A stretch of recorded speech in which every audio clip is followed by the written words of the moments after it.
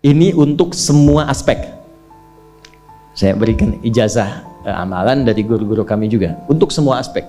Jadi kalau ilmu insya Allah meningkat lebih kuat, kalau bisnis, kalau bekerja itu lebih lancar dan dilindungi oleh Allah, ya berkah. Kalau di birokrasi, di kedudukan, di apapun, itu pun diangkat oleh Allah dengan cara yang baik dan terhormat, ya karirnya di semua aspek.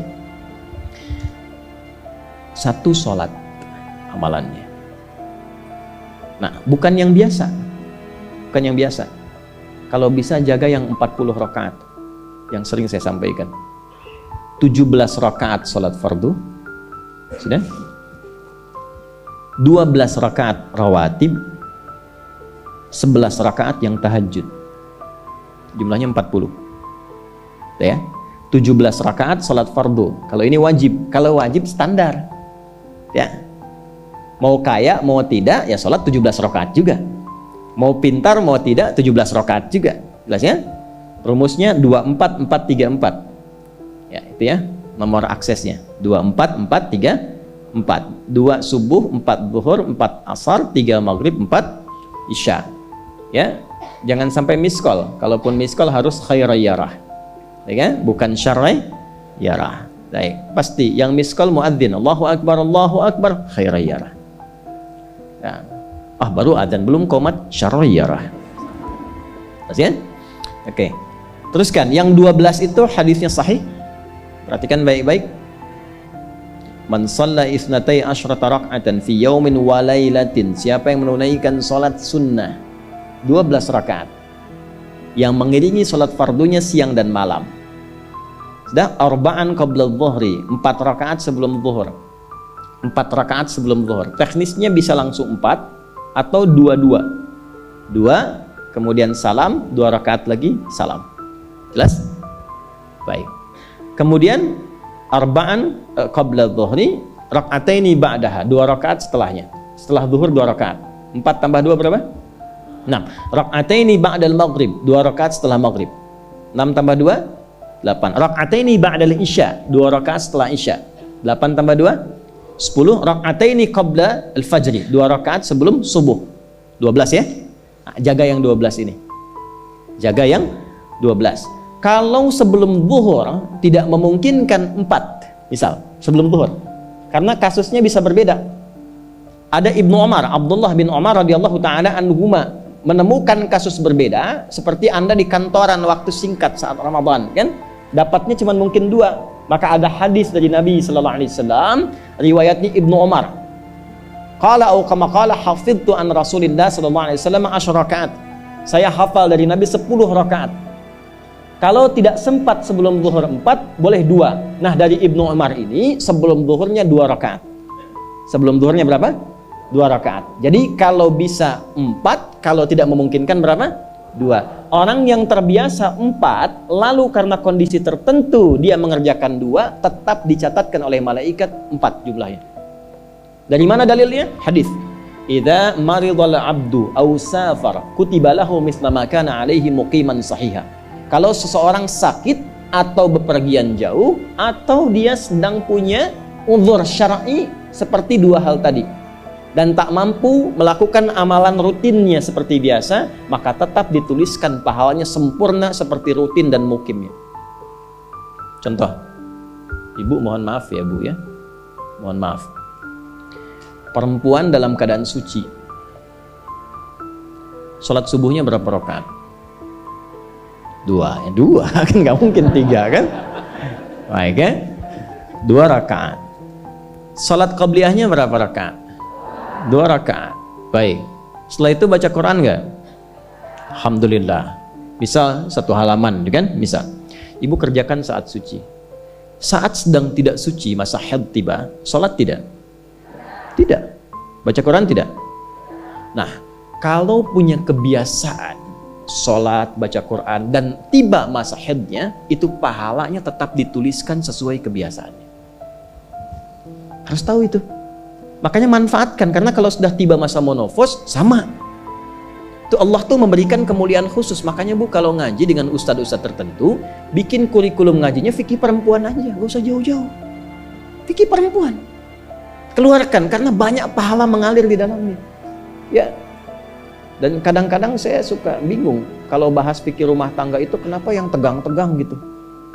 Sekarang fikih parenting sekarang tuh kayaknya menegangkan antara surga neraka aja tuh. Tanggung jawab suami, hati-hati dengan istri. Padahal Qur'annya mengatakan rumah tangga itu penuh dengan permainan yang menyenangkan. Yang ada banyak candanya. Gitu. Coba keluarkan tuh hadis-hadis itu ya. Ibu tahu salah satu istri Nabi ada namanya Sayyidah Saudah binti Zam'ah. Itu sepuh, Bu. Usianya sekitar 70 tahunan ke atas. Dan beliau Nabi SAW bangunkan rumahnya, itu kamarnya di samping Sayyidah Aisyah, dekat situ, dekat Raudhah. Sepuhnya luar biasa, hobinya bikin makanan, masak. Satu kali ketika beliau sedang ngolah tepung, Nabi pulang, pas kemudian bagiannya Sayyidah Saudah binti Zam'ah datang sedang ngolah tepung, atau dalam riwayat atau kama hadas itu dicolek tepungnya, bermain bercanda, dicolekkan di keningnya, di kening istrinya. Itu sudah sepuh, dicolekkan, masih bercanda, masih tertawa. Kalau bahasa kita masih panggil sayang gitu. Ini kapan kakek nenek masih bilang sayang dan canda. Ini penuh dengan demikian ya. Ini yang mau saya kembalikan tuh, ya nilai-nilai tadi. Jadi kembali ke sini, Bapak Ibu sekalian, kembali ke sini. Yuk urutkan lagi, kita agak cepat masuk ke dalam pembagiannya. Detil pada pembahasan ini, satu salat 40 rakaat. Sudah? Yang fardu sudah dalilnya, yang rawatib sudah, terakhir yang 11 rakaat yang salat malam. Ya, 11 rakaat yang salat malam. Nah, ini 11 rakaat ini bisa warming up dulu 2 rakaat tanpa baca surat Al-Fatihah saja. Di Allahu Akbar langsung Al-Fatihah, tidak pakai iftitah, tidak pakai surat selain Al-Fatihah. Allahu Akbar, ya, a'udzubillahi minasyaitonirrajim, bismillahirrahmanirrahim, alhamdulillahirabbil alamin sampai waladhdallin, selesai amin, langsung rukuk. 2 rakaat. Seperti itu. Itu namanya khafifatain. 2 salat ringan warming up untuk persiapan supaya hatinya itu bisa khusyuk, badannya bisa agak anget sebelum memulai tahajud. Barulah kemudian tunaikan 2 rakaat setelah itu, 2 rakaat setelah itu, 2 rakaat setelah itu, ujungnya tutup dengan 1. Ya, itu riwayatnya ada di dalam riwayat Abu Daud, nomor hadis 1367 dari Ibnu Abbas radhiyallahu taala anhuma. Ya, juga disampaikan dalam riwayat Ibnu Umar radhiyallahu taala anhuma ketika beliau mengatakan dari Nabi sallallahu alaihi wasallam, "Salatul laili mathna mathna, fa idza khasya ahadakumul fajra falyutir rak'atan wahidah." Kalau pengen mulai tahajud 2 rakaat dulu sampai merasa enak. Dan tolong ingat ya, tolong nggak usah panjang-panjang dulu suratnya. Untuk berlatih 11, mulai dengan 2 dulu. Kalau belum sempat 11, 2 dulu. 2 rakaat aja. Tolong, mohon jangan paksa tambah 2 rakaat. Itu pun bangunnya jangan terlalu malam. Jangan terlalu awal malam. Subuh jam berapa sekarang? Terjadi perbedaan pendapat. Oke, 4.25 lah ya. Misal 4.21, 4.20 lah. Pas ya. Misal kita ambil tengah-tengah 4.20. Sudah, bangun 4 kurang seperempat. Jam 4 kurang seperempat. Karena hadisnya mengatakan ada persiapan sebelum wudu. Ya. Karena Nabi sallallahu alaihi wasallam adalah kebiasaan Nabi sallallahu alaihi wasallam idza staiqadha min naumihi, kalau bangun dari tidurnya fajalasa, duduk dulu. Duduk. Wa masaha biyadihi min athari naumi, kemudian menghapus bekas ngantuknya. Ya, menghapus jejak ngantuk dengan bagian tangan yang bersih. Itu kan butuh waktu. Ya. 4.15 bangun, duduk dulu, atur alarm. Ya, alarm mungkin ya 3.15, 3.30, ya, kemudian jam 4 terakhir. Alarm pertama untuk mematikan alarm kedua siap-siap, alarm ketiga sadar. Ya, kan begitu kan? Ya. Ya begitu, itu rumusnya. Nanti kalau sudah ayat tahajud masuk Al-Isra, nanti saya jelaskan. Itu ada isyaratnya di Quran. Bukan isyarat alarm ya, tapi isyarat perjuangan kita untuk bangun. Jadi 4 kurang 15 itu adalah persiapan supaya jam 4 bisa wudu. Ya, begitu jam 4, thumma dhahaba ila shinin mu'allaqah, pergi ke tempat kemudian berwudu, tempat tertutup, wudu, selesai, balik lagi, kan 4.20 adzan kan? Misalnya 4.10 mulai sholat. Kalau 2 rakaat kan nggak lama-lama. 5 menit, witirnya 1 menit, 3 menitnya istighfar, nunggu subuh. Ya, bacanya jangan tinggi-tinggi. Al-Falaq, An-Nas, witirnya Al-Ikhlas. Besoknya Anda sudah bosan 4 rakaat. Ad-Duha, Al-Insyirah, Al-Falaq, An-Nas, Al-Ikhlas. Besoknya terus sampai bosan tambah 6 rakaat sampai konsisten 11. Jelas? Mulai dengan seperti itu, 11 tambah 12, kan berapa? 23 tambah 17, 40. Tolong jaga ini, selama hidup tunaikan aja. Kalau tidak percaya, silahkan coba, nanti lihat apa perubahan yang terjadi dalam kehidupan. Demi Allah saya katakan silahkan coba. Yang kedua Al-Quran. Yang kedua apa? Al-Quran. Kan ada 3 tadi ya? 1, salat. Kedua, Al-Quran. Jangan lewatkan 1 hari tanpa baca Al-Quran. Walaupun hanya 1 ayat. Walaupun hanya 1 ayat. Walaupun keterlaluan sih 1 ayat itu. Ya. Alif Lam Mim dah. Pesan Ustaz kan 1 ayat. Nun dah.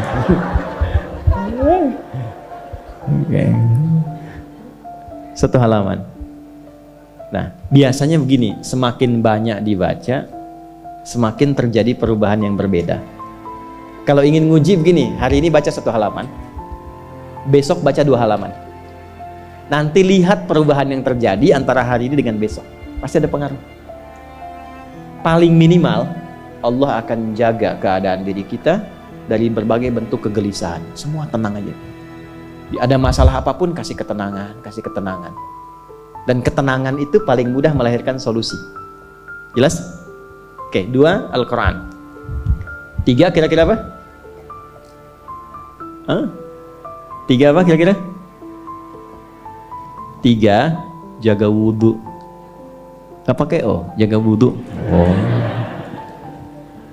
1, sholat. 2, Al-Quran. 3 apa? Jaga wudhu. Apa dampak psikologisnya jaga wudhu? Tidak ingin batal wudhunya.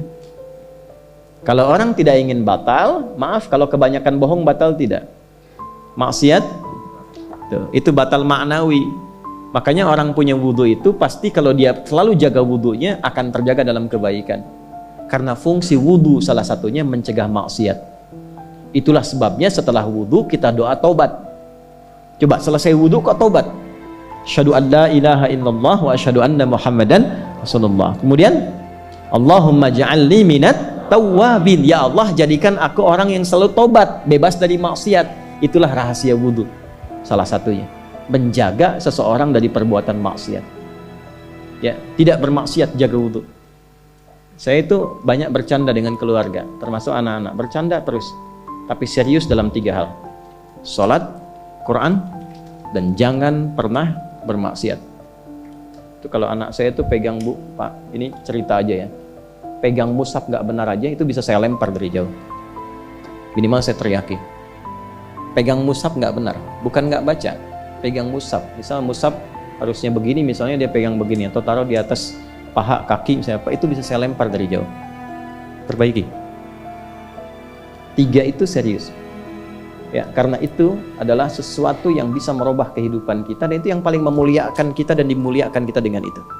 Itu poinnya. Tapi yang lain kita bisa bercanda. Sholat, jangan main-main. Karena itu inti kebahagiaan hidup kita. Dan maksiat itu yang paling fatal mengantarkan pada, maaf, kehidupan akhirat yang buruk. Neraka itu kan karena maksiat.